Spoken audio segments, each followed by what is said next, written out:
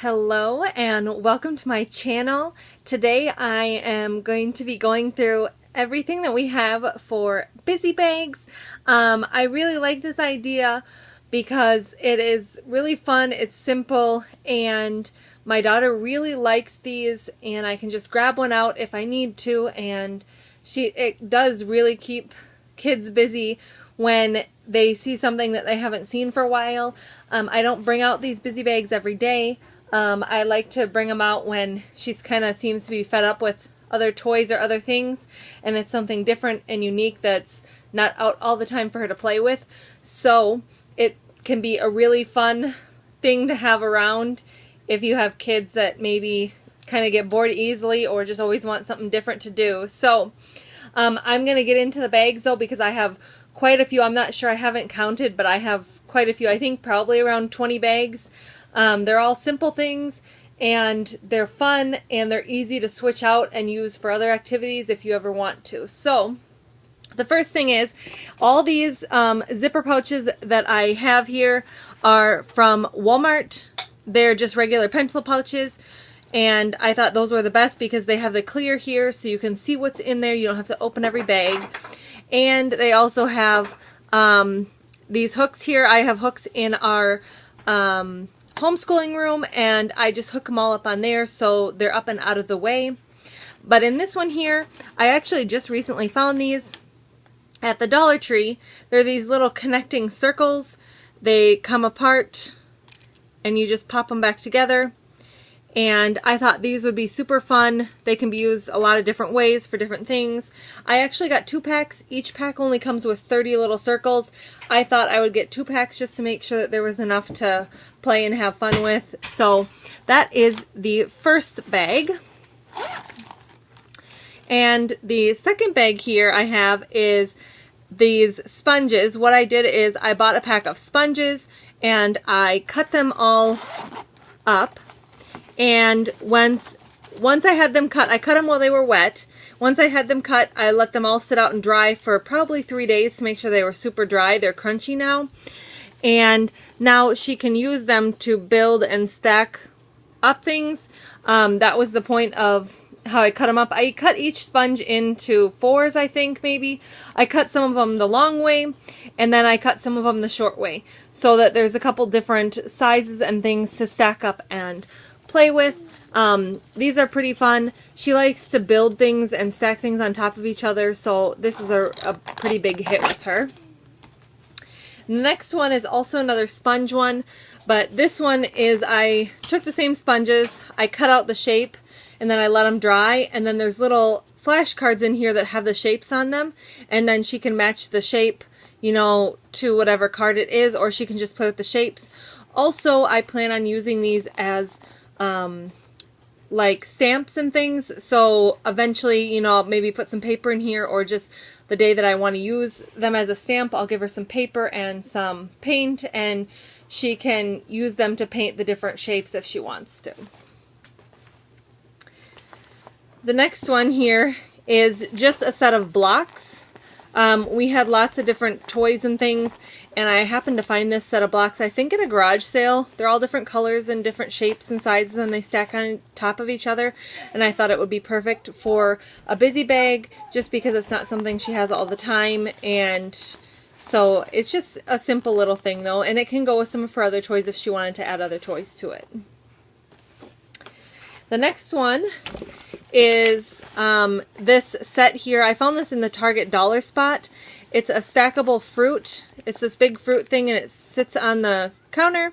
Then you have to stack all the fruit up on top of it, and I thought that would be a fun busy bag because it would keep her busy for a while trying to get them stacked. So I think that'll be a fun one. I did just get this last summer on clearance there, so she hasn't gotten a chance to use it, so that'll be a fun surprise this year. The next one is these kind of fake Legos, I guess you could say. I found them in the Target dollar spot. They come in the 6 colors, and I only used 1 pack, and I used these old food containers for my baby's food, you know, 2 years ago, and I saved them for this project, for a couple projects. And then on the inside, you can kind of see there's colored paper there. I cut out some construction paper in the same color as these, as the actual Legos, so she can match the color, or she can just build with them if she wants to. It's kind of a multi-purpose busy bag. The next one is one I just found the other day here.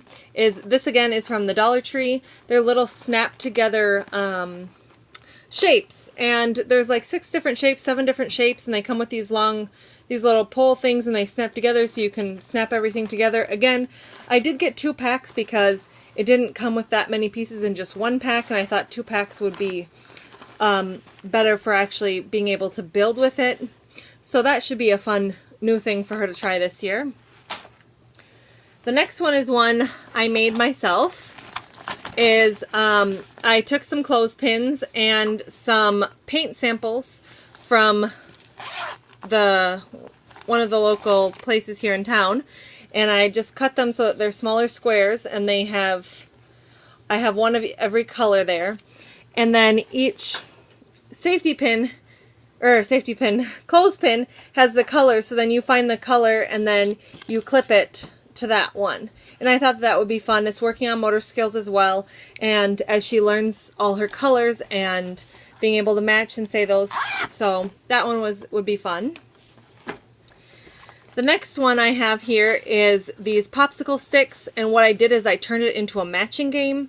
So I took some paper from like Hobby Lobby, so a bunch of different ones, so they're all different looking, and I put the paper on one side and it's just plain on the other, so you flip them all over and you can turn them over and play like a matching game, or she can kind of play whatever she wants to, but it's a bunch of different prints so that she can recognize the difference.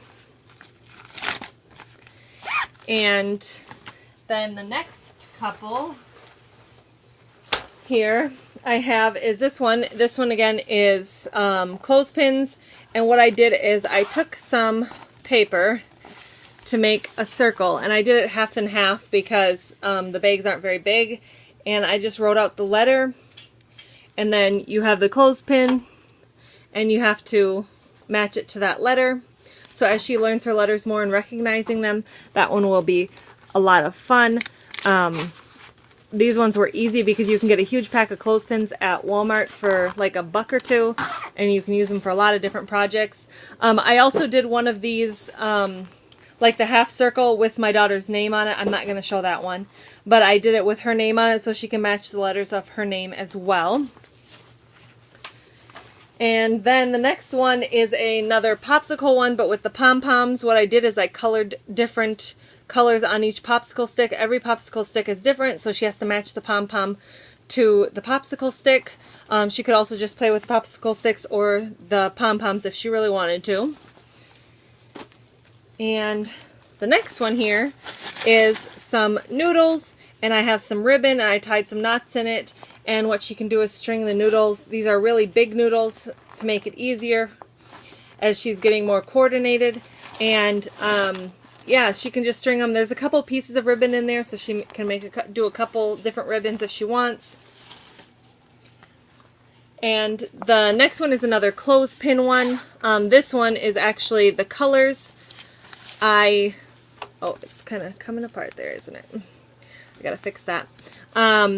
It's got all the colors, and it's got 2 clothespins for each color, so it's enough room so that she can match all the clothespins with the colors. This one here is another popsicle stick one, and these are also the really big popsicle sticks too. They're just a little easier. I turned them into type like Dominoes. So you have to match the colors, you know, as you're playing, and then you can put it all together. I thought that would be fun, and it's a way for her to learn and recognize all her colors. The next one here is a bendy straws and some felt squares. What I did is I cut up a bunch of colored felt squares, and in the middle of each one there's a slit, and she has to thread them through on the bendy straws, and each bendy straw is a little bit different. So there's one like that. There's a red one that looks like that, and then there's also ones that are twisty, so it makes it more fun to have to twist and put the felt squares on there. This one here is some little balls I found at Walmart. I'm not sure for what sport they go to, but they have holes in them, and what I wanted to do is use these little pipe cleaners. These are actually a pack I found at the Dollar Tree because they're a little bit thinner and shorter, and what she has to do is thread them through the balls there, and that makes it kind of fun. I might add some more pipe cleaners to this because it's not too many. She was playing with this today, and it doesn't take too many for them to already be gone. So that is that one. And then the final one is one that I just came up with. Is I had a bunch of these little spools for another craft. There's 2 different sizes in there. And I added this string, so it's kind of like the pasta one. She has to thread it through, but it's a different object, different thing, so I thought that would be fun. So yeah, that is the last one. I wanted to get through it quickly because I knew I had a lot of them. But these make for really fun things. They make for fun crafts. You can also do them with your child to see what they're interested in. But make sure, you know, when you are using these quiet bags that you're not giving them to them all the time, because pretty soon they're not going to want to play with them, and then you'd have to probably make more. But yeah, they make for really fun things. You can use a lot of household stuff. I used a lot of things I already had around the house, stuff that I had for other projects, things that I was buying for our homeschool room anyways. So it just makes for fun stuff, and you know, maybe by the end of this year I might switch out some of these if there's some of the stuff that she's not interested in anymore. So I hope this gives you guys some really fun ideas to go out and make your own and just have fun with it. Be creative, use things around your house, things that you think would just be fun to play with for a little while. So that is going to be the end of this video. Don't forget to subscribe. I've got a bunch more videos planned, and I can't wait to share them with you, so we'll see you next time.